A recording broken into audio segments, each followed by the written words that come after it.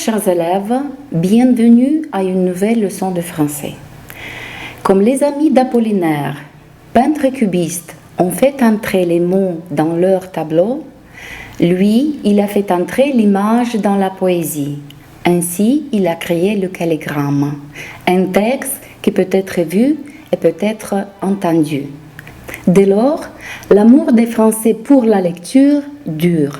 Donc, le sujet de la leçon d'aujourd'hui, c'est les Français et la lecture, un amour qui dure. Pour vous entraîner dans les activités, je vous propose de faire votre portrait littéraire chinois en partant de l'affirmation. Dis-moi ce que tu lis et je te dirai qui tu es. Si j'étais un roman, je serais. Si j'étais une nouvelle, je serais. Si j'étais un recueil de poésie, je serais. Si j'étais une poésie, je serais. Si j'étais un drame, je serais. Si j'étais une pièce de théâtre, je serais. Avant de parcourir le sujet même, je vous propose de lire le document du Centre national de lecture de France. Ensuite, notez les réponses. Lisez attentivement.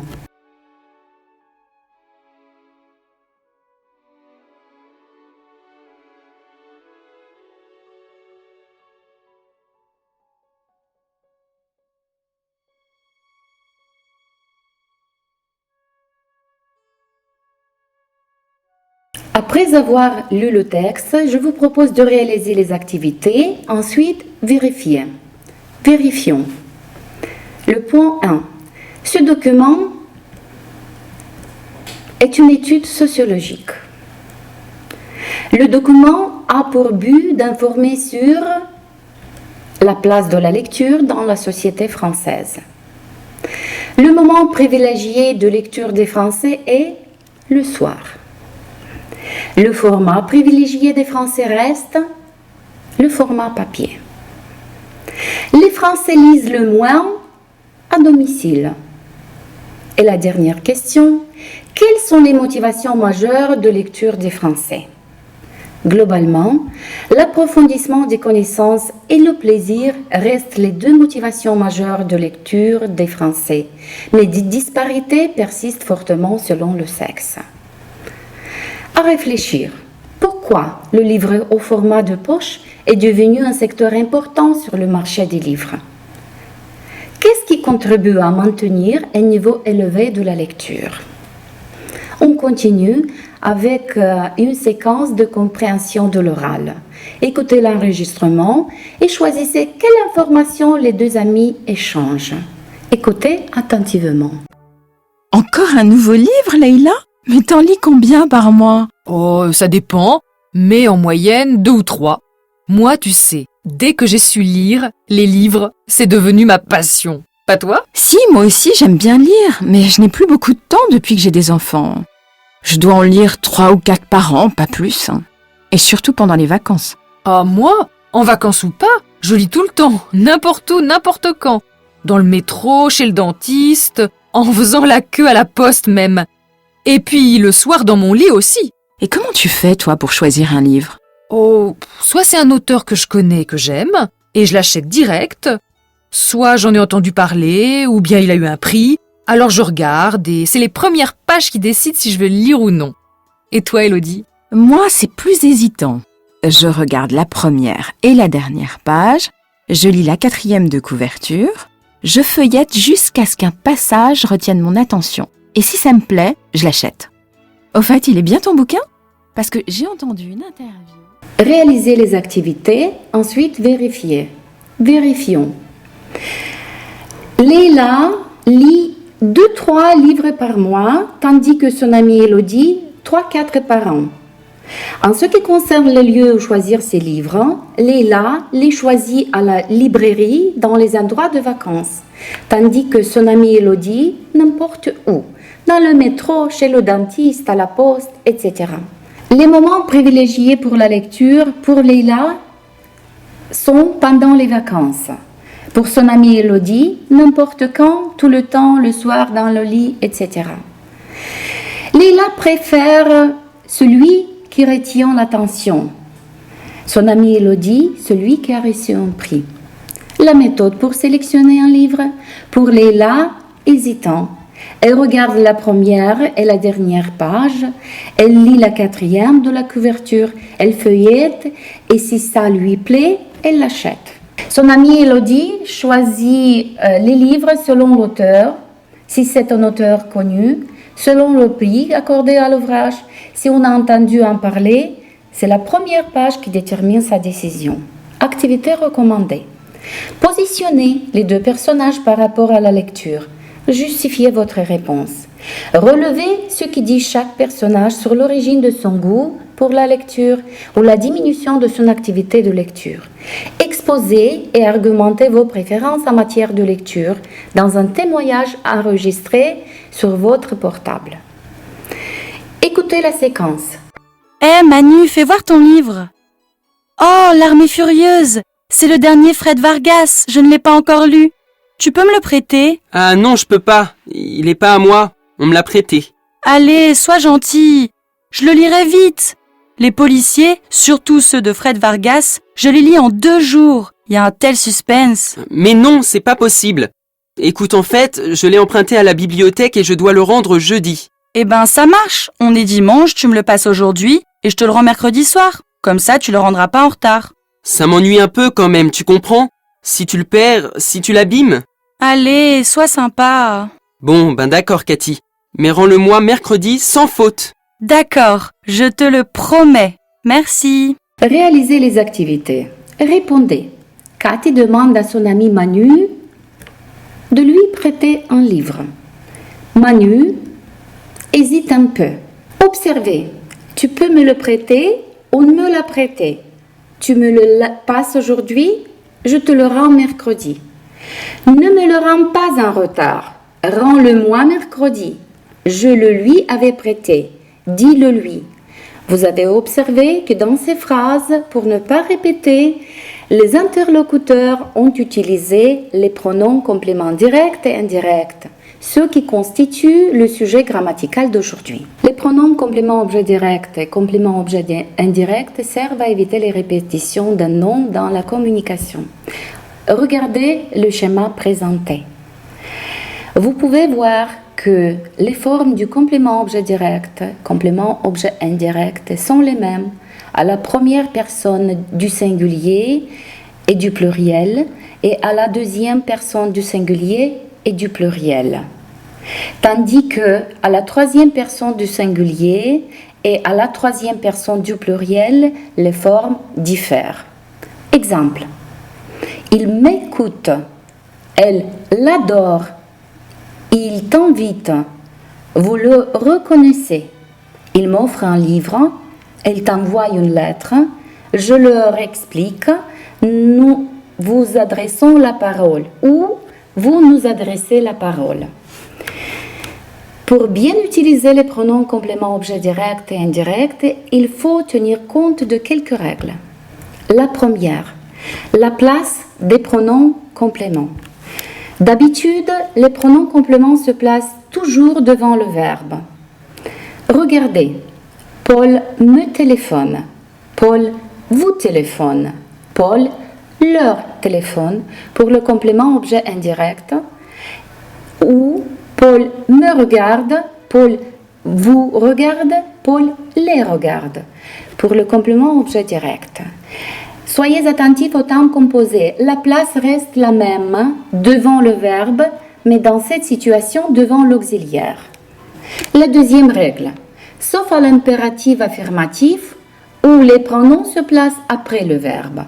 Ne les regarde pas, regarde-les. Ne leur explique pas, explique-leur. La troisième règle, la négation se place devant, après le bloc du pronom et du verbe. Exemple.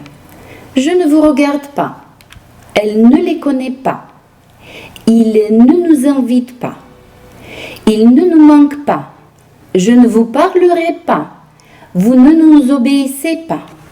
La quatrième règle, quand le complément est introduit par une préposition, chez, sans, pour, avec, par, à, est un être animé, il peut être remplacé par un pronom tonique. Moi, toi, lui, nous, vous, eux, elle.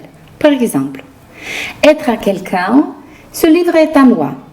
Penser à quelqu'un, il pense toujours à elle. S'adresser à quelqu'un, il s'adresse à moi. Donc, comme vous avez observé, ce sont deux verbes qui demandent la préposition à. Dire à, demander à, ressembler à, parler à, envoyer à, plaire à, etc. La règle numéro 5 concerne la situation quand le pronom complément est une chose, une idée. Il peut être remplacé par les pronoms adverbiaux en ou y. Je me moque de sa réaction, je m'en moque. Je pense à notre voyage, j'y pense. La place du pronom est toujours avant le verbe. La règle numéro 6. Le pronom personnel neutre le s'emploie pour représenter le pronom neutre cela ou une proposition. Il s'emploie aussi comme attribut. Il est malade et je le regrette. On dit qu'il est égoïste et il l'est en effet. Le point numéro 7. Si les deux pronoms sont à la troisième personne, le pronom complément objet direct précède le pronom complément objet indirect. Et les leur a offert. Explique-le lui. Ne le lui explique pas. Sinon, leur ordre est inverse. Elle va te la rendre. Ne me l'explique pas. Sauf à l'impératif affirmatif. Explique-le moi ou dis-le lui. La 8e règle concerne la situation quand il y a deux verbes dont l'un est à l'infinitif et le pronom se place devant cet infinitif. Je vais lui écrire, tu vas me parler, il faut lui expliquer. Je ne vais pas lui écrire, tu ne vas pas me parler, il ne faut pas lui expliquer. Répondez affirmativement et négativement aux phrases. Utilisez le bon pronom. Invitez-vous vos amis? Nous les invitons. Nous ne les invitons pas. Mangez-vous du poisson? Nous en mangeons. Nous n'en mangeons pas. Vous ne trouvez pas votre crayon? Nous ne le trouvons pas. Nous le trouvons. Écrivent-ils à Lucie et Max? Ils leur écrivent, ils ne leur écrivent pas. Soyez attentifs. Ne confondez pas leur complément objet direct pluriel avec leur adjectif possessif au pluriel. Exemple, leurs élèves, leurs cahiers, leurs attitudes. Par rapport, leur parler, leur expliquer, leur donner. On continue par quelques exercices d'entraînement. Répondez en utilisant les pronoms personnels. Essayez de répondre, ensuite vérifiez les réponses. Tu vois cette voiture? Je la vois. Peux-tu traduire ce texte? Je peux le traduire. Vous imaginez-vous ce voyage? Nous l'imaginons. Connais-tu leurs problèmes? Je le connais. Voudrais-tu téléphoner à mes parents? Je voudrais leur téléphoner. Peux-tu pardonner cette bêtise à Julie? Je peux la lui pardonner. Aimez-vous la musique? Nous l'aimons. Peux-tu réaliser ton rêve? Je peux le réaliser. Protégez-vous la nature? Nous la protégeons. Veux-tu admirer le coucher du soleil? Je veux l'admirer. L'exercice 2. Répondez négativement en utilisant les pronoms. Avez-vous lu ce magazine? Non, nous ne l'avons pas lu. A-t-elle vu le dernier film de Luc Besson? Non, elle ne l'a pas vu. Vas-tu écrire à tes parents? Non, je ne vais pas leur écrire. As-tu trouvé tes papiers? Non, je ne les ai pas trouvés. A-t-elle essayé de parler à son mari? Non, elle n'a pas essayé de lui parler. A-t-elle réussi à expliquer son absence au professeur? Non, elle n'a pas réussi à la lui expliquer. Savez-vous qui est né en 1802? Non, nous ne le savons pas. Est-ce qu'il a pensé à ses enfants? Il n'a pas pensé à eux. Un autre exercice recommandé, remplacez les pronoms par les noms qui conviennent selon le sens. Il lui plaît, il plaît à Denise ou il plaît à Nicolas. Il ne lui prêta pas attention, il ne prêta pas attention à Julie ou à Nicolas. Continuez à votre guise. Pour faire le point, les pronoms compléments directs et indirects sont utilisés pour éviter la répétition dans la communication. Ils se placent toujours devant le verbe, sauf à l'impératif affirmatif. Pour les verbes qui demandent des prépositions, on utilise les formes toniques. Si le pronom substitue un nombre de choses, il est préférable d'utiliser les pronoms adverbiaux en ou y. Pour les personnes, on utilise les pronoms toniques. En présence de deux verbes dont l'un est à l'infinitif, le pronom se place devant l'infinitif. En présence des deux pronoms à la troisième personne, le pronom complément objet direct précède le pronom complément objet indirect. Si les pronoms sont aux autres personnes, l'ordre est inverse. Voilà, nous avons fini la leçon. Je vous souhaite d'avoir soin de vous et de vos proches. À tout à l'heure.